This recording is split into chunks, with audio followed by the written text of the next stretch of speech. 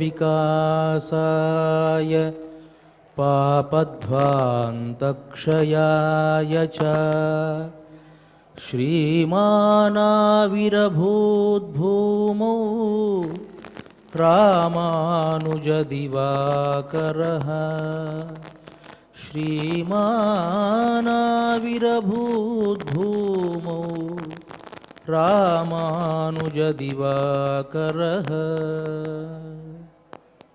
శ్రీ శ్వేతవరాహకల్ప అధినాయకుడైనటువంటి వరాహస్వామి పాదారవిందాల చింత అఖిలాండకోటి బ్రహ్మాండ నాయకుడు కలియుగ ప్రత్యక్ష దైవము అయినటువంటి శ్రీనివాసుని పాద పద్మాల వద్ద తిరుప్పావైజీయర్ అని పేరుగాంచినటువంటి భగవద్ రామానుజుల పరంపరాప్రాప్తమైనటువంటి శ్రీ శ్రీ శ్రీ పరమహంస పరివ్రాజకాచార్యవర్యులు ఉభయ వేదాంత ప్రవర్తకాచార్యులు అయినటువంటి తిరుమల శ్రీ పదజీయంగార్ల పవిత్ర మఠ ప్రాంగణంలో భగవద్భాగవత ఆచార్యుల అనుగ్రహంతో తిరుమల తిరుపతి దేవస్థానములు శ్రీ వెంకటేశ్వర భక్తిచారణుల వారి సౌజన్యంతో ధనుర్మాస ఉత్సవ కార్యక్రమంలో నేటికి మనం 12వ పాశురంలోకి ప్రవేశించాం. ప్రతిరోజు మాదిరిగానే ముందుగా భగవద్ రామానుజుల వైభవాన్ని కొంత తెలుసుకొని కార్యక్రమంలోకి ప్రవేశిద్దాం. ఛన్నస్త్వితో ద్రుతగతోసి గుహానిగూఢం నారాయణం బత కథం విశదీచకర్ధ ఏకో భవాన్ కథముపేత్య చ వైశ్వరూప్యం సంఖ్యాతిగాన్ క్షపణకాన్ క్షపయా బభూవ.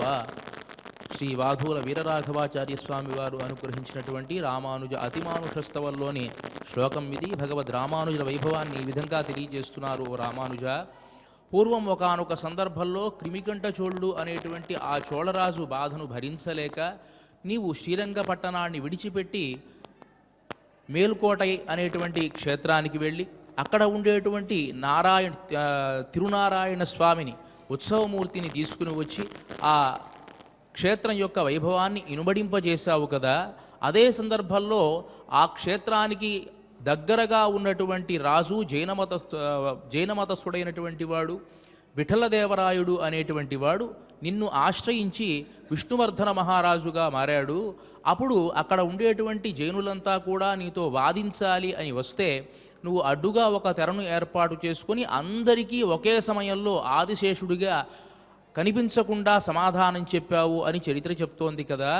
మరి నీవు ఆదిశేషాంశము అయినప్పుడు శ్రీరంగం నుంచి ఎందుకు పరిగెత్తుకుంటూ మేల్కోటకి రావాల్సి వచ్చింది అని చెప్పి చమత్కారంగా భగవద్ రామానుజుల వైభవాన్ని ఈ శ్లోకంలో తెలియజేస్తారు. మరి అలాంటి భగవద్ రామానుజుల పరంపరకు సంబంధించినటువంటి ఇద్దరు మహనీయులు మనకు ప్రత్యక్షంగా ఇక్కడ వేంచేసి ఉన్నారు. వారికి నా మనఃపూర్వక దండ ప్రణామాలు సమర్పించుకుంటూ కార్యక్రమాన్ని ప్రారంభించవలసిందిగా అభ్యర్థిస్తున్నాను.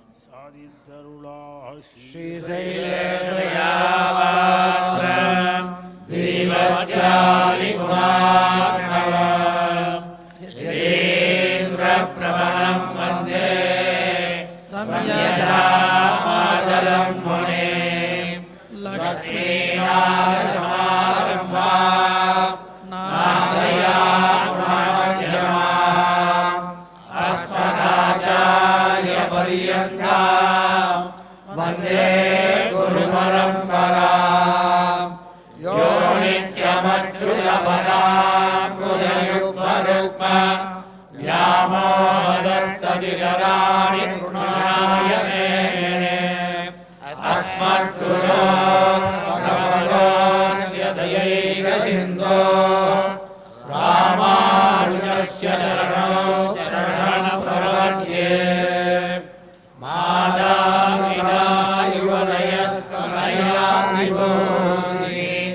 సర్వం జనేన నియమేన మదన్వయాన ఆద్యస్య నః కులమనే బహుళాభిరామం శ్రీమత్కరంగ్రియుగళం ప్రణమామి మూర్ధా. ఓం సరస్య మగనాత్మయ పట్టణాయ శ్రీభక్తిసార గుణశేఖర యోగివాహాన్ భక్తాభిరేణ పరకారయణీంద్ర మిశ్రాన్ శ్రీమత్పరాకుశమునే ప్రణతోస్మి నిత్యం. తుంగస్తనగిరితటే సుఖముద్బోధ్య కృష్ణం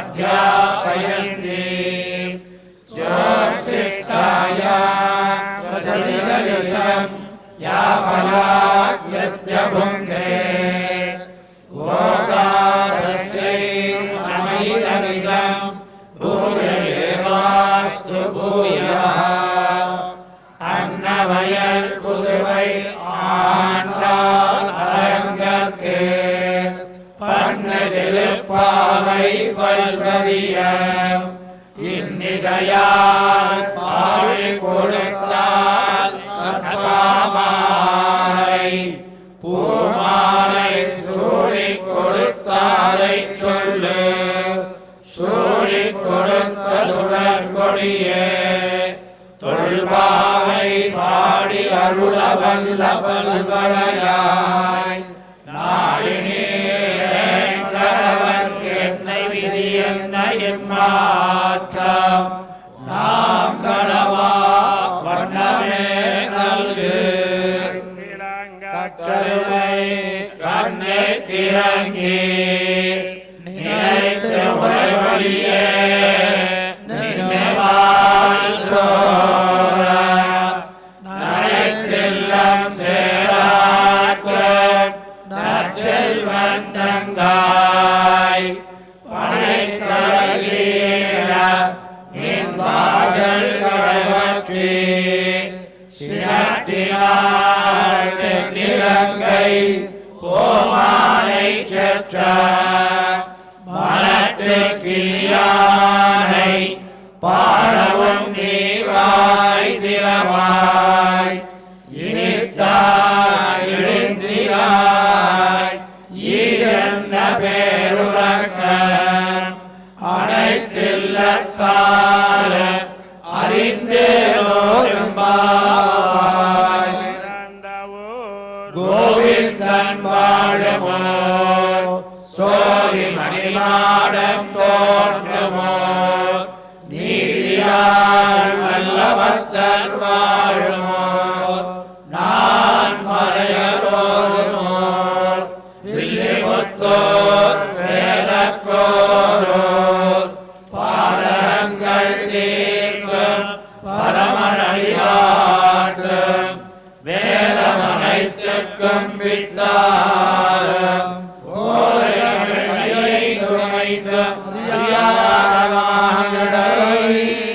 வையம் சுமப்பதும் வம்பு பூரத்தில் ஜகத்துதித்தால் வாழியே திருப்பாவை முப்பதும் செப்பினால் வாழியே பெரியாழ்வார் பெற்றெடுத்த பெண் பிள்ளை வாழியே பெரும்போதோர் மாமுனிக்கு பின்னால் வாழியே ஒரு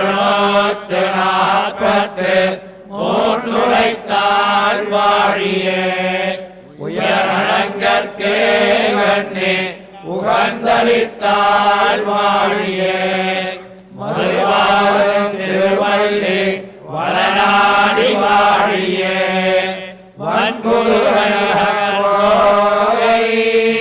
மலர்பலங்கள் வாழியே. శ్రీమతే రామానుజాయ నమః. శ్రీమద్వరవరమునయే నమః. ముందుగా పాశురాన్ని అనుసంధానం చేసుకొని పాశుర అర్థాన్ని ఆస్వాదిద్దాం. கனைத்திளங்கத்தெருமை கண்ணக்கிரங்கி நினைத்து முலவழியே நுபால் சோர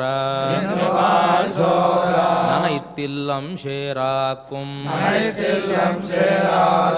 அச்சல்வந்தங்காய் பனித்தலை விழிய வாசல் கடைபத்தி சினத்தினால் தென்னிலங்கை ஓமானை செத்த மனத்து கினியானை ஆடவும் நீ வாய் திறவாய்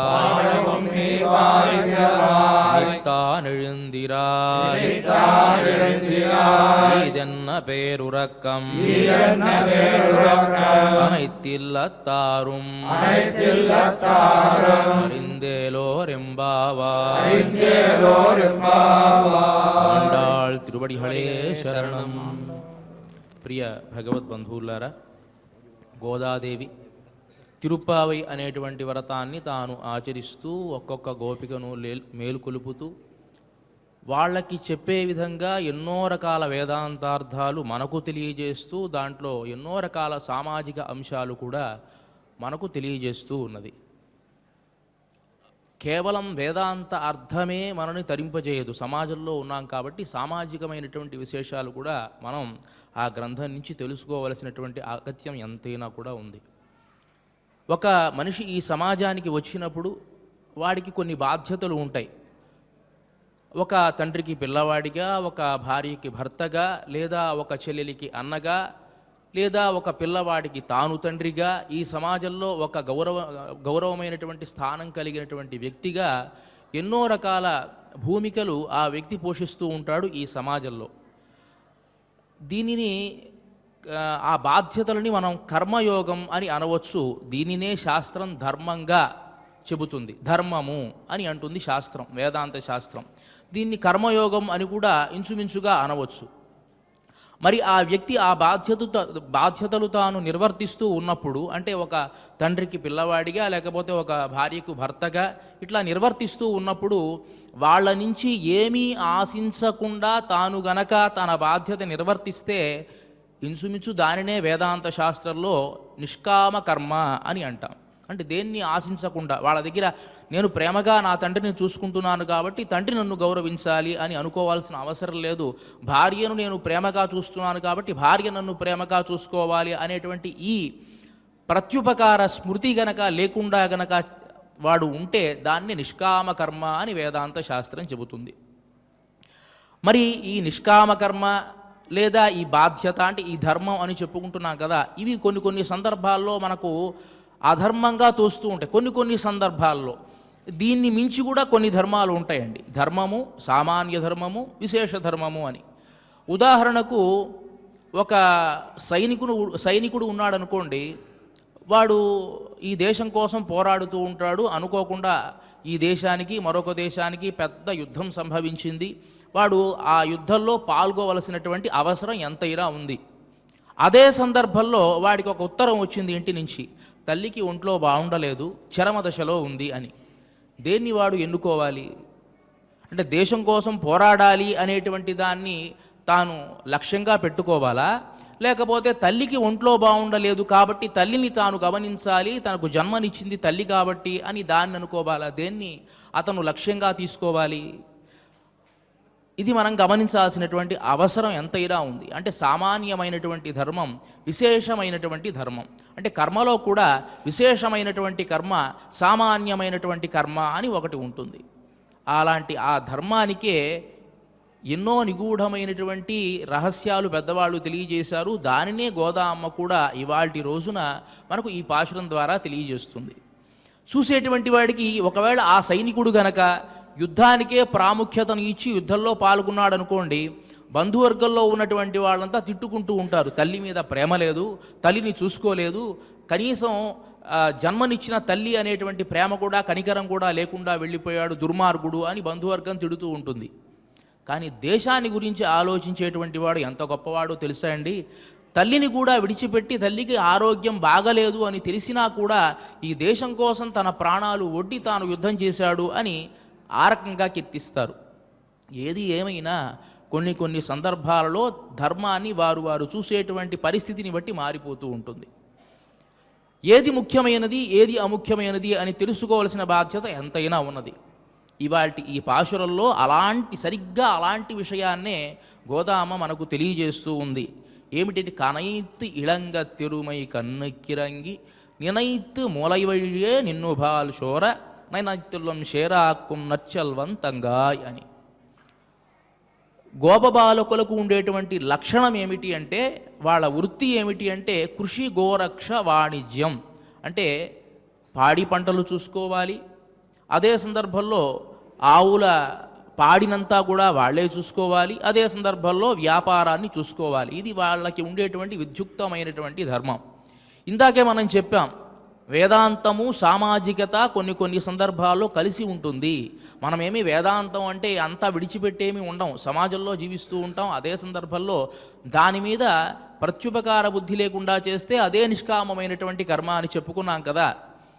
ఇక్కడ నీ విద్యుక్తమైనటువంటి ధర్మాన్ని భగవద్గీతలో కృష్ణ పరమాత్ముడు చెప్తాడు కదా, స్వకర్మణ తమభ్యర్చ్య సిద్ధిం విందంతి మానవః అని.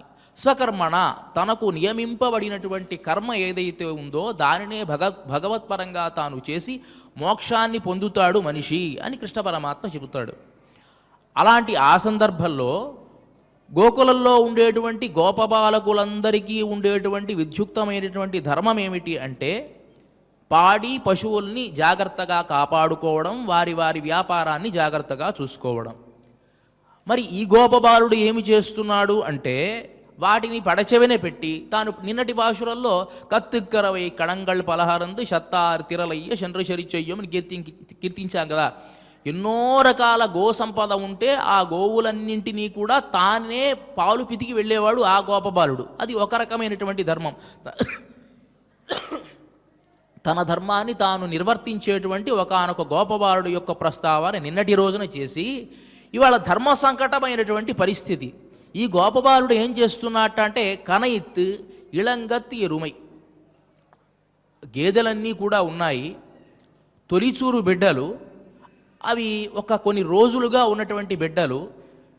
వాటిని అలాగే విడిచిపెట్టి, అంటే గేదెని ఒకచోట కట్టేస్తాడు, దూడని ఒకచోట కట్టేశాడు, దాన్ని పట్టించుకోకుండా వెళ్ళిపోయాడు ఈయన.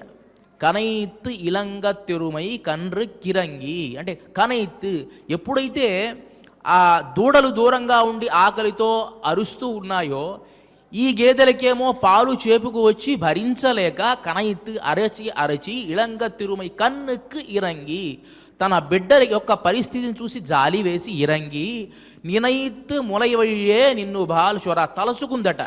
తన బిడ్డ వచ్చి పాలు తాగుతోంది అని తలచుకొని, నినయిత్ ములయవయ్యే, ఆ చనుబాల దగ్గర నుంచి నిన్ను బాలు చొర, ఎడతెరిపి లేకుండా అలాగే కారుస్తూ ఉన్నది ఆ గేదెలన్నీ కూడా.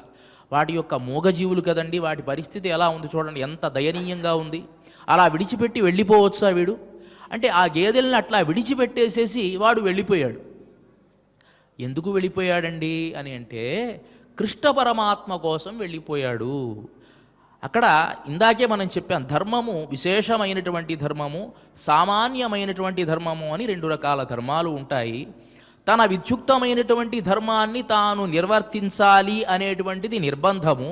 అదే సందర్భంలో విశేషమైనటువంటి ధర్మం గనక వచ్చినట్లయితే సామాన్య ధర్మానికి ముందుగా ప్రాముఖ్యత ఇవ్వకుండా విశేష ధర్మానికి ప్రాముఖ్యత ఇచ్చి తర్వాత సామాన్య ధర్మాన్ని నిర్వర్తించాలి. ఇది విధి. ఈ గోపబాలుడు కూడా అలాంటి వాడే కాబట్టి అక్కడ ఉండేటువంటి గేదెలని సక్రమంగానే చూసుకునేటువంటి మనస్తత్వం కలిగిన వాడు. కానీ కృష్ణ పరమాత్మ పిలిచాడు అనేటువంటి ఒక మాటని తాను ఆలంబనగా తీసుకుని బయలుదేరి వెళ్ళిపోయాడు. ఈ గేదెల్ని ఆ దూడల్ని విడిచిపెట్టేసేసి. చూడడానికి ఎలా ఉంది, మనోవిదారకంగా ఉంటుంది. అయ్యయ్యో పాపం ఏడుస్తూ ఉన్నాయి, అలా కట్టేశాడు, దూడలను ఒక చోట కట్టేశాడు, గేదెలను ఒక చోట కట్టేశాడు, పాపం వాటికేమో పాలు చేపు వస్తూ ఉన్నాయి, అట్లా ఎంత బాధపడి అది సెవిస్తోందో కదా అని మనకు అనిపిస్తుంది. కానీ అతను తన సామాన్య ధర్మాన్ని పక్కన పెట్టి విశేషమైనటువంటి ధర్మం కోసం వెళ్ళిపోయాడు, కృష్ణ పరమాత్మ యొక్క సేవ కోసం వెళ్ళిపోయాడు అనేది మనం గమనించాలి. నినయిత్ ములై వయ్యే నిన్ను బాలు చోర. ఆచార్యులు కూడా అలాగే ఉంటారట. కొన్ని సందర్భాలలో ఎలా ఉంటారట, అడగకపోయినా కూడా, శిష్యుడు అడగకపోయినా కూడా ఏదైనా ఒక ప్రశ్న వేస్తే ఎన్నో రకాల సమాధానాలు చెబుతాడు. కృష్ణ పరమాత్మ భగవద్గీతలో కృష్ణుడు ఏదో ఒక ప్రశ్న వేస్తే ఇంకా భూయే ఏవ మహాబాహో అని చెప్పి, ఇంకా నేను చెప్తాను విను అర్జున, ఇంకా నేను చెబుతాను విను అర్జున అని చెప్పి అడగని ప్రశ్నలకు కూడా సమాధానాలు చెప్పాడు కృష్ణ పరమాత్మ. సదాచార్యుడైనటువంటి వాడు కూడా కొన్ని సందర్భాలలో శిష్యుడైనటువంటి వాడు ఒక ప్రశ్న వేసి అడగాల్సిన ప్రశ్న మర్చిపోయినప్పటికీ కూడాను, అయ్యో పాపం వీడు మర్చిపోయాడే అని చెప్పి ఆ ప్రశ్నకి కూడా, అడగని ప్రశ్నకి కూడా సమాధానం చెబుతాడు. సదాచార్య లక్షణాలు కలిగినటువంటివన్నీ కూడా ఆ గేదెలు అని చెప్పి స్వాపదేశార్థంలో తెలియజేస్తారు. అంటే కనైత్ ఇళంగ తెరువై కన్నెక్కిరంగి నినైత్ ములయవయ్యే నిన్ను అదే తన దూడలు తాగుతూ ఉన్నాయి అని తాము తలచుకుంటూ నిన్ను బాలు షోరా అలా స్రవిస్తూ ఉంటే, పాలు ఏకధాటిగా స్రవిస్తూ ఉంటే, ననైత్ ఇల్లం షేరాక్కుం నర్చల్వంతంగాయ్, ఆ పాలు అలా కారుతూ ఉన్నాయి. ఆ పాలంతా నేలంతా తడిసిపోయి ఒక చిన్న కాలువలా ఉందేమో, ఆ కాలువ నుంచి అట్లా పాలంతా స్రవిస్తూ దూడల దగ్గరికి వెళుతూ ఉంటే పాపం ఆ దూడలు అక్కడ ఉండేటువంటి పాలను నక్కి తాగుతూ ఉన్నాయిట. ఇది అక్కడ ఉండేటువంటి సన్నివేశం. ఎంత అద్భుతమైన సన్నివేశం చూడండి. గోదాదేవి యొక్క ఊహ ఎలా ఉంటుందో చూడండి. ననైత్ ఇల్లం షేరాక్కుం నర్చల్వంతంగాయ్, ఆ ఇల్లంతా కూడా, ఆ చావిడంతా కూడా మొత్తం బురదగా అయిపోయింది. ఇది పాడికి ఉండేటువంటి సమృద్ధిని తెలియజేస్తుందండి. అంటే ఎంత బాగా పాడి ఉంటే అంత బాగా లోకం సుభిక్షంగా ఉంటుంది అని కదా. ఆ పాడి అలా పోతోంది అంటే ఎంత దాచుకోవాలన్నా దాచుకోలేనటువంటి సంపద వెళ్ళది కాబట్టి అలా శ్రమిస్తూ ఉన్నది. ఆ దూడలు పాపం అట్లా తాగి అనుభవిస్తూ ఉంటే నర్చల్వంతంగా. దీంట్లో ఉండేటువంటి ఒక గొప్ప అర్థాన్ని చెబుతూ ఉన్నారు. ఒక రకమైనటువంటి 2 రకాల అర్థాలండి, చమత్కారమైనటువంటి అర్థం. అమ్మా, మీ అన్నయ్య చాలా గొప్పవాడు, నువ్వు ఇంకా చాలా గొప్పదానివి. ఏమిటి అంటే, మీ అన్నయ్య మీదే ఆధారపడినటువంటి ఆ గోవులని ఆ గేదెలని అన్నీ కూడా మీ అన్నయ్య సామాన్య ధర్మము అని విడిచిపెట్టి భగవత్ కైంకర్యాని కోసం వెళ్ళిపోయాడు మీ అన్నయ్య. నువ్వేం చేస్తున్నావో తెలుసా? నీ మీదే ఆధారపడ్డటువంటి మమ్మల్ని విడిచిపెట్టి భగవద్ అనుభవంలో మునిగిపోయావు. ఇది ఆ గేదెల పరిస్థితే మాది కూడాను. ననైత్తిల్లం షేరాక్కుం నచ్చల్వ, ఆ గేదెలు ఎలాంటివో మేము అలాంటి వాళ్ళమే. మీ అన్నయ్య ఏమో దాన్ని విడిచిపెట్టి వెళ్ళిపోతే నువ్వేమో మమ్మల్ని విడిచిపెట్టి భగవద్ అనుభవం చేస్తూ ఉన్నావమ్మా అని ఒక రకమైనటువంటి అర్థం. ఇంకో అర్థం ఏమిటి అంటే, గేదెలు ఆవులు ఉన్నాయనుకోండి, సహజంగా మనం భగవంతుని యొక్క సేవకు దేన్ని ఉపయోగిస్తాం చెప్పండి? ఆవు పాలనే ఉపయోగిస్తాం. ఆవు పాలే ప్రతిదానికి, ఒక యజ్ఞానికి కానీ ఒక అభిషేకానికి కానీ దేనికైనా సరే ఆవు పాలనే వినియోగిస్తాం, కానీ గేదె పాలను వినియోగించాం. గేదె పాలు తాగవచ్చండి, కానీ గేదె పాలు కేవలం మన కోసం మాత్రమే వినియోగించుకుంటాం. కానీ ఆవు పాలు భగవంతుని సేవకు ఉపయోగిస్తాం, మనకు ఉపయోగించుకుంటాం. కానీ ఆవుకు ఉండేటువంటి ప్రత్యేకత ఏమిటంటే దైవాని కోసమే అర్పింపబడేటువంటిది కాబట్టి అది కామధేనువైంది. ఇక్కడ చెప్పేటువంటి సందర్భంలో ఎరుమై అన్నారు కదా, అంటే గేదెల ప్రస్తావనే చేశారు కానీ ఆవుల ప్రస్తావన చెయ్యాల. అంటే ఆవుల పాలు పితికి వెళ్ళిపోయాడు కానీ గేదెలు అలా విడిచిపెట్టేశాడు. అంటే అర్థం ఏమిటి అంటే, ఈ గోపబాలుడికి భగవంతుని మీద అభినివేశమే తప్ప, అంటే భగవత్పరమైనటువంటి విషయాలలో ఆసక్తి ఎక్కువ కానీ వ్యావహారికమైనటువంటి విషయాలలో ఆసక్తి లేనటువంటి వాడు అని ఇక్కడ స్వాపదేశార్థాన్ని చెప్తారు ఆచార్యులు. అంటే తనకేమీ ఆశించడట. అంటే గేదె పాలు దానికే కోసమే కదా, మనం తాగడం కోసమే కదా గేదె పాలు. దాని అభిషేకాన్ని ఉపయోగిస్తామా, లేకపోతే ఏదైనా పూజకు ఉపయోగిస్తామా, దేనికి ఉపయోగిస్తాం? కేవలం మనం తాగడం కోసమే ఉపయోగించుకుంటాం గేదె పాలని. ఆవు పాలు అలా కాదు, భగవంతుని కోసం ఉపయోగిస్తాం. అంటే అతనికి ఈ గోపబాలుడికి పారమార్థికమైనటువంటి విషయాల మీద ప్రత్యేకమైన శ్రద్ధ ఉంది కానీ ఇహలోకమైనటువంటి విషయాలలో అంతగా ఆసక్తి లేదు. అంటే తన గురించి తాను ఆలోచించడు, పరమాత్మ గురించి ఆలోచించేటువంటి లక్షణాలు కలిగినటువంటి వాడు ఈ గోపబాలుడు అని చెబుతూ నర్చల్వంతంగా. ఈ గోపబాలుడు ఎలాంటి వాట అంటే మంచి సంపద కలిగినటువంటి వాడు. లక్ష్మణో లక్ష్మీ సంపన్న అని రామాయణం కీర్తిస్తుంది. అంటే ఎంత ఐశ్వర్యం కలిగినటువంటి వాడో కదా అని కీర్తిస్తుంది రామాయణం. ఎంత ఐశ్వర్యం కలిగినటువంటి వాడండి అంటే, రామచంద్రమూర్తి రాజ్యాన్ని విడిచిపెట్టి వెళ్ళిపోయాడు, అయోధ్య సామ్రాజ్యాన్ని. కానీ లక్ష్మణస్వామి మాత్రం కైంకర్య సామ్రాజ్యాన్ని ఎప్పుడూ విడిచిపెట్టలేదుట. ఎప్పుడూ ఆ రామచంద్రమూర్తి వెంటే తిరిగాడు, ఏ రోజు విడిచిపెట్టి ఉండాలి ఆయన. నీ వెంటే ఉండాలి. పుట్టినప్పటి దగ్గర నుంచి రామాయణం కీర్తిస్తుంది కదా, బాల్యాత్ ప్రభృతి సుస్నిగ్ధ లక్ష్మణో లక్ష్మీవర్ధన నచతేన వినా నిద్రాం లభతే పురుషోత్తమ. అంటే ఆ రాముడు కూడా ఎలాంటి వాట అంటే, నచతేన వినా నిద్రాం లభతే పురుషోత్తమ మృష్టమన్నం ఉపానీతం అశ్నాది నచ తం వినా అని కీర్తిస్తాడు. రామచంద్రమూర్తి పడుకోవాలి అంటే పక్కన లక్ష్మణస్వామి లేనిదే పడుకోడు. ఆయన పడక కదండి, అంటే ఆదిశేషుడు యొక్క అంశే కదా. ఆదిశేషుడు లేకపోతే ఎక్కడన్నా పడుకుంటాడు, కింద పడుకుంటాడు ఆ స్వామి, అలా పడుకోకూడదు కదా. వెంటనే ఎప్పుడు ఆయన అవతరిస్తూ ఉంటాడు, ఎప్పుడు కూడా ఆయనకి పక్కన వెన్నుదన్నుగా. కాబట్టి పక్కనే లక్ష్మణస్వామి లేకపోతే రాముడికి నిద్ర రానిరాదు. అంతే, అదే అంటాడు, నచతేన వినా నిద్రాన్ లభతే పురుషోత్తమ. పక్కన గనక లక్ష్మణస్వామి లేకపోతే ఈయన నిద్రపోనే పోడు రామచంద్రమూర్తి. మృష్టమన్నముపానీతం మష్నాతి నచ తంబిన. ఏదైనా ఒక పదార్థాన్ని తీసుకుని వచ్చి రామచంద్రమూర్తి ముందు పెడితే లక్ష్మణుడు లేకుండా తినడట ఈ రామచంద్రమూర్తి. అంత ప్రేమ. ఎంత ప్రేమ అంటే ఈ లక్ష్మణుడికి ఎలాంటి ప్రేమ? ఆయన నదేవలోకాక్రమణం నామరత్వం అహమృణే ఐశ్వర్యం త్రిషు లోకేషు కామయే నత్వయా విన. రాముడు అడవులకు బయలుదేరుతున్నాడు అంటే లక్ష్మణస్వామి ముందే ధనుస్సు పట్టుకుని బయలుదేరి ముందు వెళ్ళిపోయాడు. నేను కూడా వస్తున్నా అన్నయ్య. ఎక్కడికి బయలుదేరుతున్నావురా అంటే నేను నీతో పాటే వస్తాను. ఆయన అంటున్నాడు కదా, నదేవలోకాక్రమణం, నాకు దేవలోకం అవసరమే లేదు. నామరత్వం అహమృణే, అక్కడ దేవత అమరత్వాన్ని కూడా నేను ఇష్టపడను. ఏమిటి? ఐశ్వర్యం త్రిషు లోకేషు. ఇక్కడ ఉండేటువంటి ఐశ్వర్యాన్ని చూస్తేనే మనం అబ్బా ఇంత ఐశ్వర్యమా అని ఆనందపడతామే. అదే 3 లోకాలలో ఉండేటువంటి ఐశ్వర్యం ఎలా ఉంటుంది అంటే చెప్పాల్సిన అవసరంలా. కానీ అది కూడా నాకు అవసరం లేదు. కామయే నత్వయా వినా, నీవు లేకుండా నాకు ఐశ్వర్యం కూడా అవసరం లేదు అనేటువంటి వాడు లక్ష్మణస్వామి. లక్ష్మణస్వామి మీద ఉండేటువంటి అభినివేశం శ్రీరాముడికి. రాముడు బయలుదేరుతూ ఉంటే కులశేఖరాళ్ళు వారు కీర్తిస్తారు కదా, బంధువులందరితో కూడి అడవులకు బయలుదేరాడు అని ఒక పాశురంలో అనుగ్రహిస్తారు. బంధువులందరూ వెంట వచ్చారా రామచంద్రమూర్తి వెంట? ఎవరు వచ్చారండి? ఎవరు రాలా, కేవలం లక్ష్మణస్వామి సీతాదేవే తప్ప. అక్కడ అర్థం ఏమిటి అంటే రామచంద్రమూర్తికి భార్యగా సీతాదేవి ఉంది, అన్నగా, తమ్ముడిగా, తల్లిగా, తండ్రిగా లక్ష్మణస్వామి ఉన్నట్టు. అది దాంట్లో ఉండేటువంటి అంతరార్థం. నిజంగా అలా ఉందా అంటే రామాయణంలోనే చెప్తాడండి. మొత్తం పంచవటిలో పర్ణశాలంతా నిర్మించిన తరువాత లక్ష్మణస్వామిని పిలిచి రామచంద్రమూర్తి చెప్పేటువంటి మాట ఏమిటంటే, భావజ్ఞేన కృతజ్ఞేన ధర్మజ్ఞేన చ లక్ష్మణ త్వయా పుత్రేణ ధర్మాత్మా నసంవృత్త పితామమ.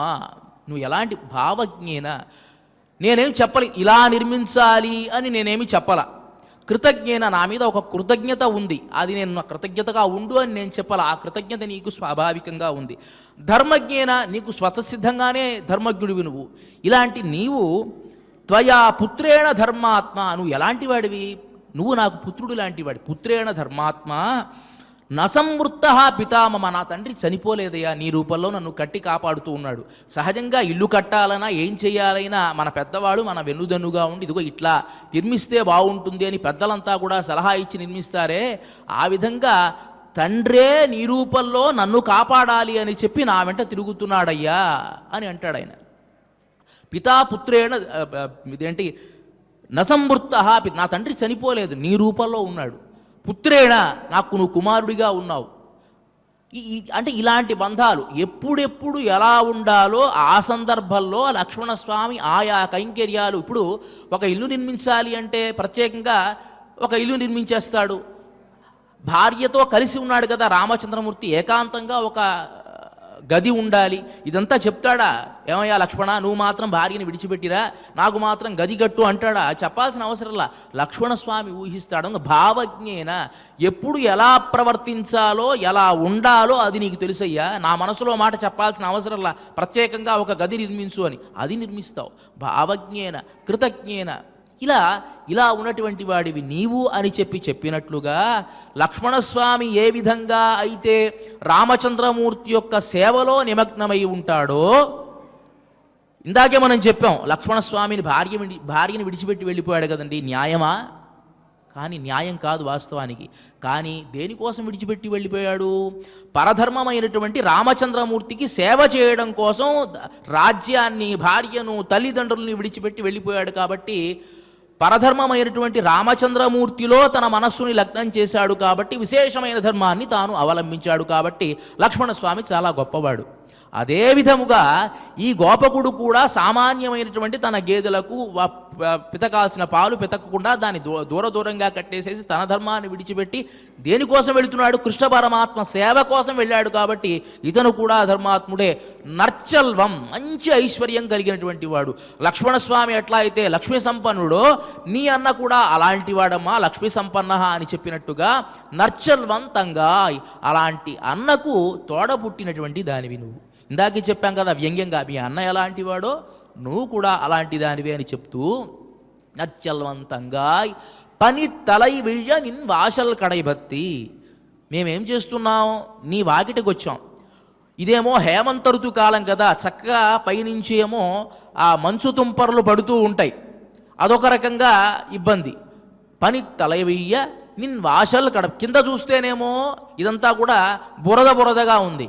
చలికాలంలో ఏ భోజనం చేసినా ఏది చేసినా చేతులన్నా కడుక్కోవచ్చు, కానీ కాళ్ళు కడుక్కోవాలంటే ఒక్కసారి చాలా ఇబ్బంది అండి. చలికాలంలో ఒక్కసారి జువ్వమంటుంది ఎవరికైనా సరే. అలాంటిది మాకేదైనా సుఖం ఉందా అంటే చలికాలంలో పైనుంచి మంచు పడుతోంది, కింద నుంచి ఏమో ఈ పాల ప్రవాహం చల్లగా ఉంటుంది. ఈ మంచులో మేము ఏం చేస్తున్నాం? నిన్ వాసల్ కడైభత్తి, నీ వాకిట గుమ్మాన్ని పట్టుకొని వేళ్లాడుతూ ఉన్నాం. దయచేసి నువ్వు కిందకి దిగి రావాల్సింది అని చెబుతూ వాసల్ కడైబత్తి షినత్తినాల్ తెన్నిలంగై కోమానై చెత్త. ఇక్కడి చమత్కారంగా వ్యాఖ్యానం చెప్తారండి. ఎంత వ్యాఖ్యానం అంటే షినత్తినాల్ తెన్నిలంగై కోమానై చెత్త. ఇది రామావతార వృత్తాంతాన్ని వర్ణించేటువంటిది. వీళ్ళంతా ఎక్కడ ఉన్నారు?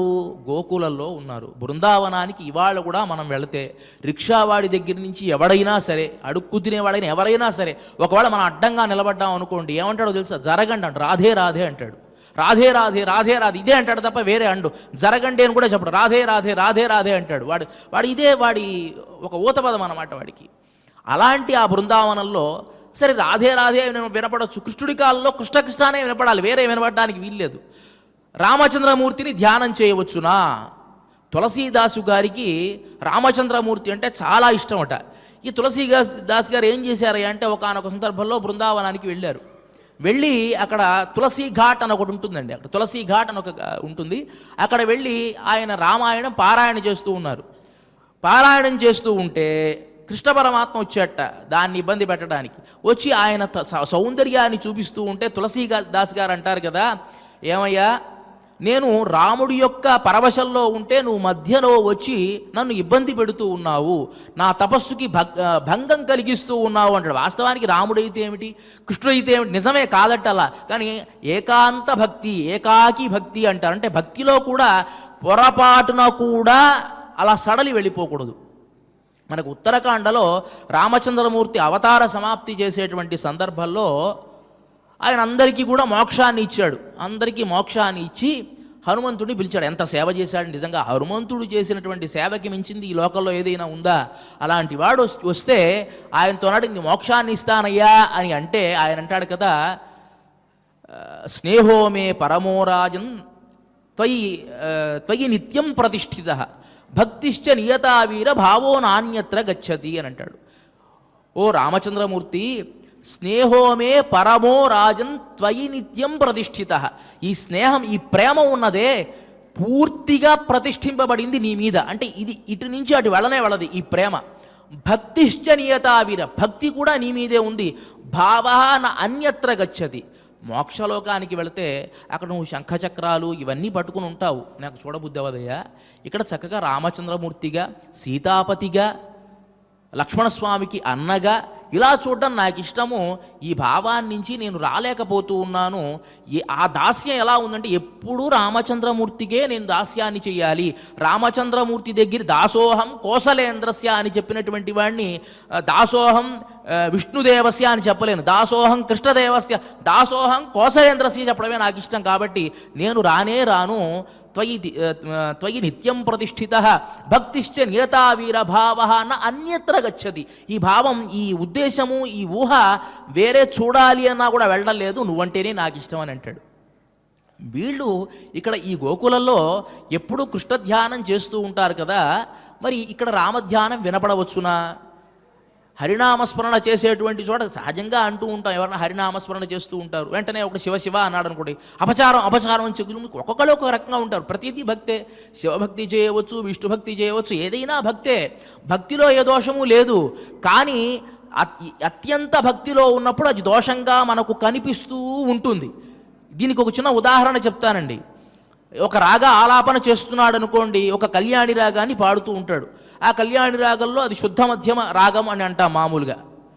సరే, ఆ కళ్యాణి రాగం ఒక బృందగానం చేస్తూ ఉంటే పక్కన ఉండేటువంటి వాడు సంగీత విద్వాంసుడే, వెంటనే శంకరాభరణ రాగాన్ని పాడాడు, అది శుద్ధ మధ్యమ రాగం, అంటే శుద్ధ మధ్యమం ఉంటుంది.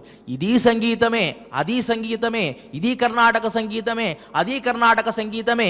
ఈ బృందగానం చేసేటువంటి సందర్భంలో వీళ్ళు ఒక రాగాన్ని, ఇతనొక్కడే ఒక రాగాన్ని పాడితే వినడానికి సొంపుగా ఉంటుందా?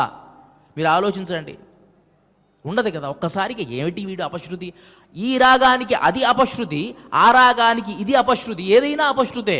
కాబట్టి మనం అంటే ఎవరైనా శివశివ అని ఏదన్నా ఆ బృందంలో అంటే ఎందుకు ఇప్పుడు మాట్లాడతావు అని అనడానికి ఉద్దేశం ఏమిటి అంటే, శివశివ అనకూడదు, నీవు శివభక్తుడు కాకూడదు అని కాదు అక్కడ ఉద్దేశము.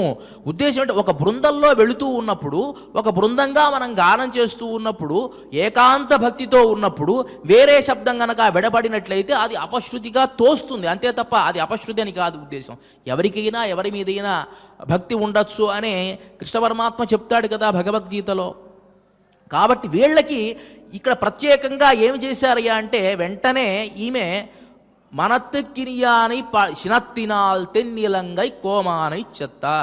శినత్తినాల్ కోపం చేత. ఎందుకు అలా చెబుతూ ఉన్నారు అంటే, రెండు రకాల అర్థాలు చెప్తారండి ఇక్కడ. ఏంటి రెండు రకాల అర్థాలు అని అంటే, కృష్ణుడు పెణ్ణిన్ వరుత్త మర్యాదవన్ అని అంటుంది గోదాదేవి. అంటే ఆడవాళ్ళ యొక్క కష్టం తెలియదట, ఏడిపిస్తూ ఉంటాడు అప్పుడప్పుడు కూడా. కానీ రామచంద్రమూర్తితో ఎవరైనా సరే ఏడిస్తే తట్టుకోలేని స్వభావం కలిగినటువంటి వాడు రామచంద్రమూర్తి. కాబట్టి ఆయన్ని చేద్దాము, ఆయన్ని స్మరణ చేద్దాము అని ఒక అర్థము. ఇంకో అర్థం తర్వాత చెప్తాను. రామచంద్రమూర్తి యొక్క స్వభావాన్ని కీర్తిస్తూ శినత్తినాల్ కోపం చేత. ఎంత కోపమో తెలుసా అండి? రామచంద్రమూర్తికి సీతాదేవిని ఎవరైనా చూసినా తాకినా చాలా కోపం. అరణ్యకాండలో 2వ సర్గలో వస్తుంది. రామచంద్రమూర్తి, లక్ష్మణస్వామి, సీతాదేవి బయలుదేరి వెళుతూ ఉన్నారు. విరాధుడు అనేటువంటి రాక్షసుడు ఎలా ఉన్నట్టు వాడు, కంటకుడిగా ఉన్నాడు వాడు. అప్పుడే ఒక శూలం ఉంది వాడి చేతిలో, ఆ శూలానికి ఒక ఏనుగు తలకాయ పొడుచుకుని ఉన్నాడు. ఒక 4 గుర్రాల్ని నోట్లో పెట్టుకొని అనేకమైన మనుషుల్ని నములుతూ ఉన్నాడు. ఆ వసంతా ఒళ్ళంతా కారుతూ భీకరంగా ఉన్నటువంటి రాక్షసుడు వాడు వీళ్ళు అడవిలోకి ప్రవేశించిన వెంటనే గబుక్కున సీతాదేవిని చూసి ఒక్కసారి తీసుకుని ఒళ్ళో కూర్చోబెట్టుకున్నట్ట.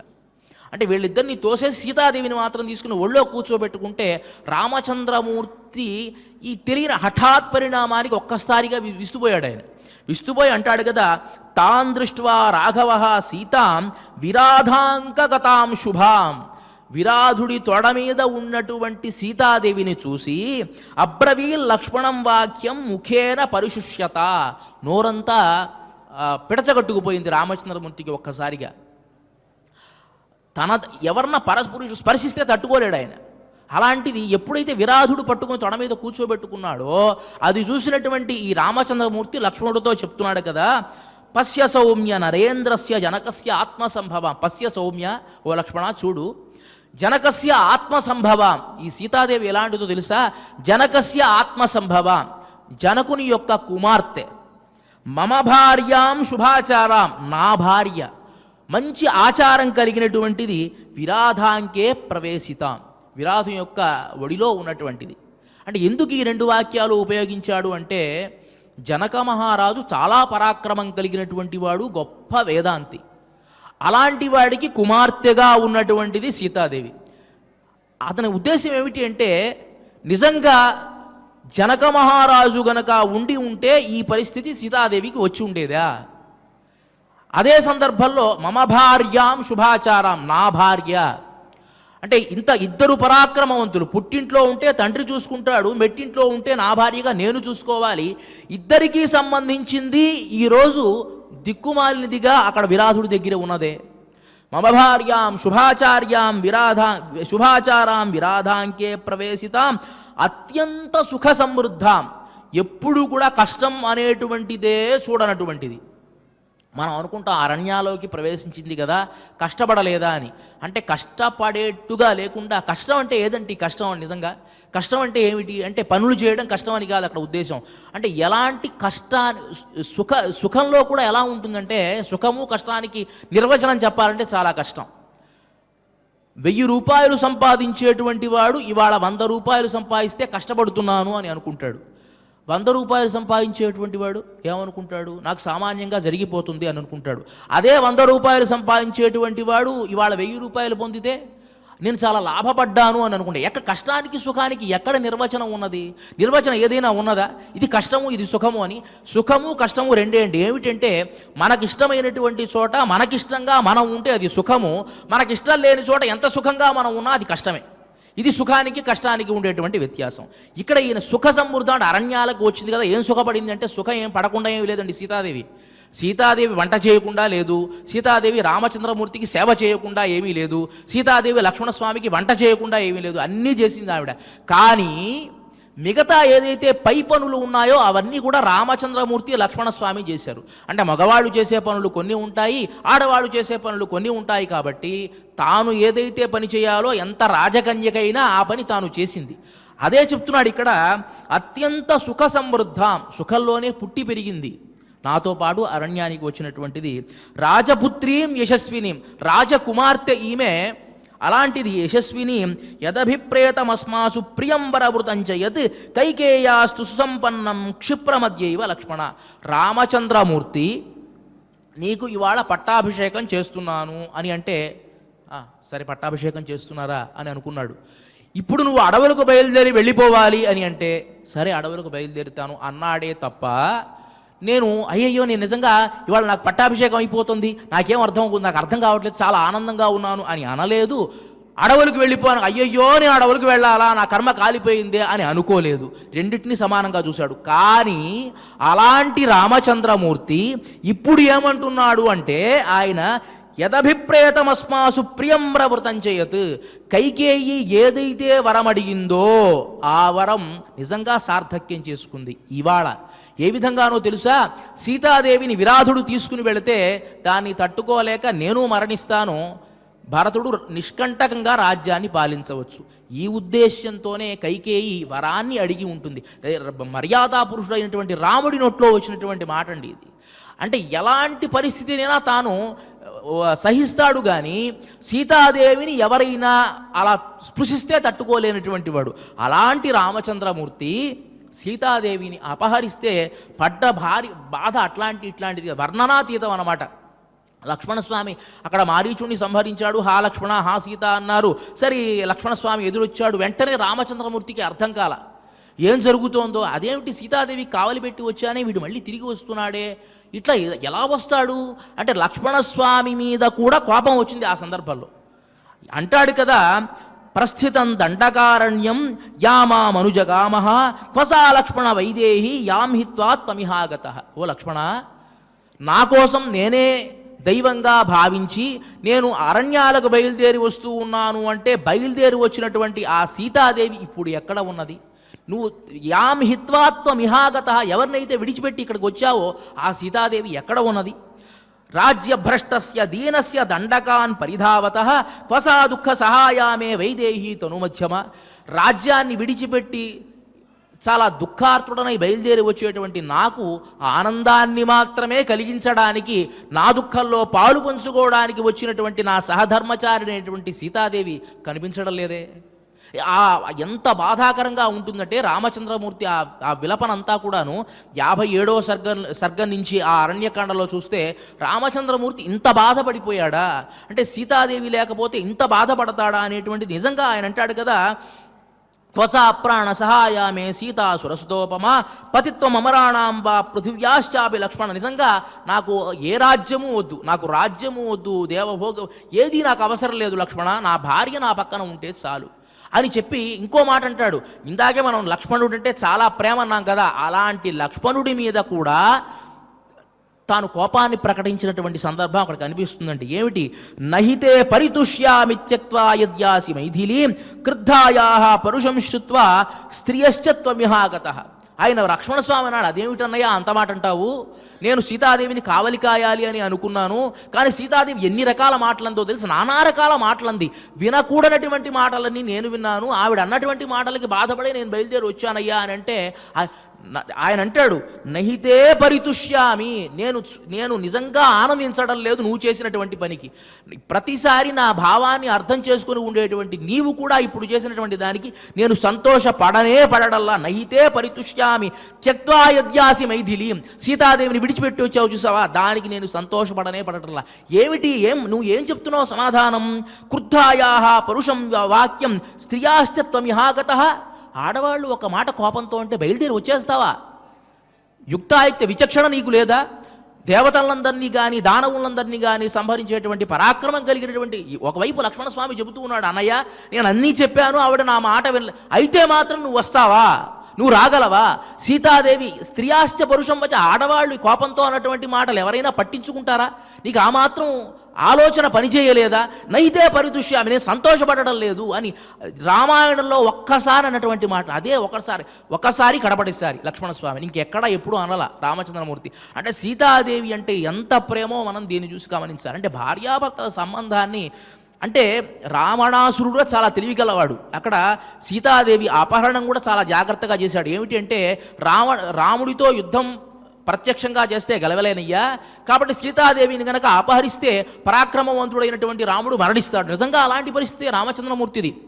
ఆ విలపనం చూస్తూ ఉంటే సీతాదేవి ఒకవేళ ఆయన అంటాడు అక్కడ, ఏ సీతాదేవి నువ్వు నాకు కనిపిస్తూ ఉన్నావు అంటే ఏం మాట్లాడాలో కనిపించడలా వాస్తవానికి, నువ్వు దాక్కున్నావు, ఆ చెట్ల మధ్య దాక్కున్నావా, ఈ పుట్టల మధ్య దాక్కున్నావు, నాకు కనిపిస్తూ ఉన్నావు, నన్ను ఏడిపించకు సీత అని చెప్పి ఆ విలపనం అంతా కూడా రామాయణంలో చూస్తే సీతాదేవి అంటే రామచంద్రమూర్తికి ఎంత ప్రాణమో మనకు తెలుస్తుంది. మరి అలాంటి సీతాదేవిని అపహరించాడు కాబట్టి శినత్తినాల్ తెన్నిలంగై కోమానై చెత్త, అలాంటి ఆ పరాక్రమవంతుడైనటువంటి, అంటే ఆ లంకా నగరాన్ని దక్షిణంలో ఉండేటువంటి లంకా నగరాన్ని పాలించేటువంటి రావణాసుని శనత్తినాల్ తెన్నిలంగై కోమాని చెత్త సంహరించినటువంటి వాడు మనత్తుకు ఇనియానై, మనస్సుకు ఆహ్లాదాన్ని కలిగించేటువంటి వాడు అని చెప్పి, ఈ ఆహ్లాదాన్ని కలిగించడం అంటే భట్టర్ వారు సహస్రనామ భాష్యంలో రామో విరామో విరజో మార్గో నేయో నయో నయ అనేటువంటి దానికి వ్యాఖ్యానం చేస్తూ అంటాడు కదా, ఇతఃపరం మృత సంజీవనం రామ వృత్తాంతం అని. అంటే ఇక్కడి నుంచి చనిపోయేటువంటి వాడిని కూడా బతికించగలిగినటువంటి రామ వృత్తాంతాన్ని నేను చెప్పబోతూ ఉన్నాను అని అంటారు భట్టర్ వారు వ్యాఖ్యానాలు. రామో విరామో విరజో అనేటువంటి ఆ పదాల్ని వ్యాఖ్యానం చేసేటువంటి, అంటే చనిపోయేటువంటి వాడు కూడా ఒక్కసారిగా లేచి నిలబడాలి అనుకునేటువంటి పదం రామ పదం కాబట్టి ఇక్కడ సరిగ్గా దానికే మనత్తుకు ఇనియాని, మనస్సుకి ఆహ్లాద కలిగించేటువంటి వాడు అని చెప్పడం ఎందువల్ల అంటే, ఇందాక మనం ఒకటేమో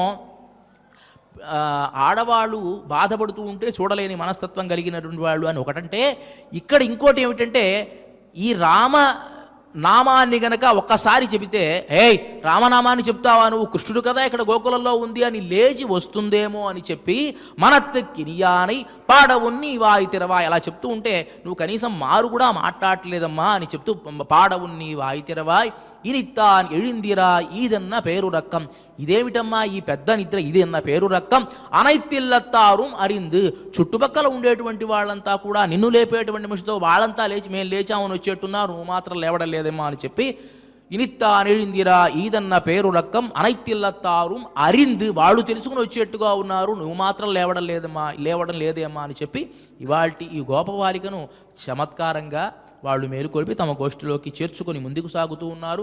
ఇక ఇవాల్టి ఈ కార్యక్రమంలో చివరి అంశమైనటువంటిది ఆండాళ్ అనుగ్రహంతో శ్రీమతి తెలిగిచర్ల కందాడి సీతమ్మ గారు తెలిగించినటువంటి తిరుప్పావిలోని కనైతిలంగ తిరుమై అనేటువంటి ఈ పాశురానికి ఆ పరమాత్ముతో అధిక సంబంధము అనేటువంటి ఈ గేయాన్ని తిరుమల తిరుపతి దేవస్థాన ఆస్థాన విద్వాంసులు శ్రీ గరిమళ బాలకృష్ణ ప్రసాద్ గారు స్వరపరచడం జరిగింది.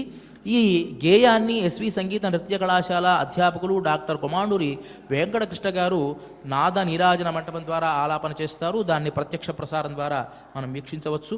ఇక ఇవాటి ఈ కార్యక్రమాన్ని క్షమాప్రార్థన నుంచి మంగళం వరకు మనమంతా కలిసి పారాయణ చేసి ముగిద్దాం. అధ క్షమా ప్రార్థనా యదక్షరపదభ్రష్టం మాత్రాహీనం చ యద్భవేత్ తత్సర్వం క్షమ్యతాం దేవ నారాయణ నమోస్తుతే. అథ భగవత్సమర్పణం కాయేన వాచా మనసేంద్రియైర్వా బుద్ధ్యాత్మనా వా ప్రకృతే స్వభావాత్ కరోమి యద్యత్ సకలం పరస్మై నారాయణాయేతి సమర్పయామి. అథ లోకక్షేమ ప్రార్థనా స్వస్తి ప్రజాభ్యః పరిపాలయంతాం న్యాయేన మార్గేణ మహీం మహిషాః గోబ్రాహ్మణేభ్యః శుభమస్తు నిత్యం లోకాః సమస్తాః సుఖినో భవంతు. అథ మంగళం మంగళం కోసలేంద్రాయ మహనీయ గుణాత్మనే చక్రవర్తి తనూజాయ సార్వభౌమాయ మంగళం. అస్తు గోపాల బాలాయ నిత్యాయ పరమాత్మనే భక్తవాత్సల్య నిధయే నిత్యభోగ్యాయ మంగళం. శ్రీమత్యై విష్ణు చిత్తార్య మనోనందన హేతవే నందనందన సుందర్యై నిత్యమంగళం. శ్రియః కాంతాయ కళ్యాణ నిధయే నిధయేర్థినాం శ్రీవేంకట నివాసాయ శ్రీనివాసాయ మంగళం.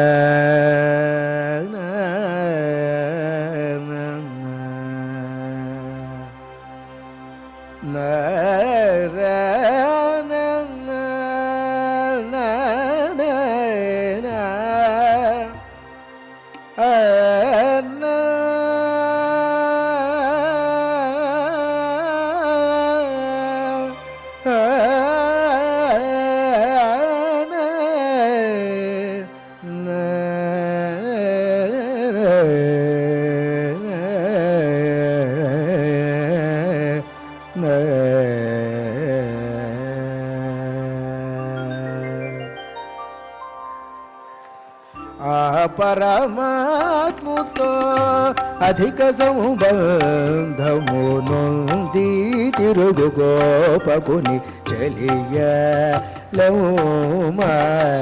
ఆ పరమాత్మతో అధిక సంబంధము నొంది తిరుగు గోపకుని చెలియలౌమా.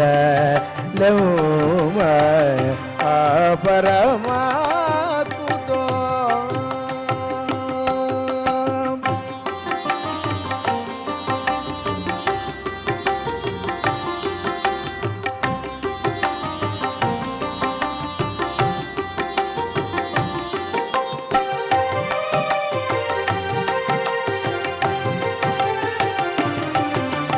మంచున తలలు తడియ మాధవు నామము పాడి. మంచున తలలు తడియ మాధవు నామము పాడి. నీ పంచనున్న దూలమును పట్టి నిలుతుంటే మౌమ చెలియలౌమ. మంచున తలలు తడియ మాధవు నామము పాడి. నీ పంచనున్న దూలమును పట్టి నిలుతుంటే మౌమ. ఆ పరమాత్ముతో అధిక సంబంధము నొంది తిరుగు గోపకుని చెలియలౌమ. ఆ పరమాత్ముతో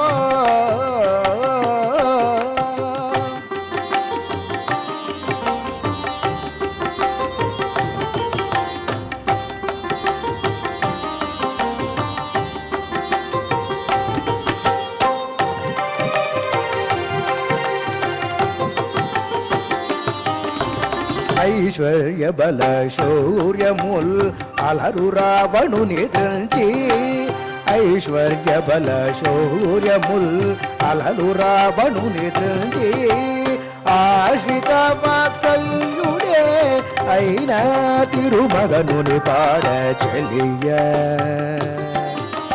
ఐశ్వర్య బల శౌర్యముల్ అలరు రావణుని త్రించి ఆశ్రిత వాత్సల్యుడే అయినా తిరుమగనుని పాడ ఆ పరమాత్ముడు అధిక సౌబంధము నొంది తిరుగు గోపకుని చెలియలేమా.